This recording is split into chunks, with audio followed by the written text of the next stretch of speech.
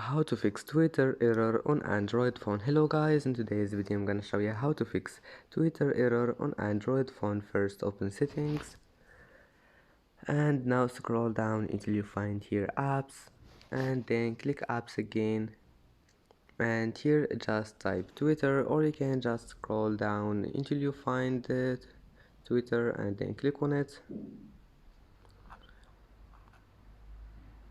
And now just click force stop and click data usage and allow all of those here, and then click storage.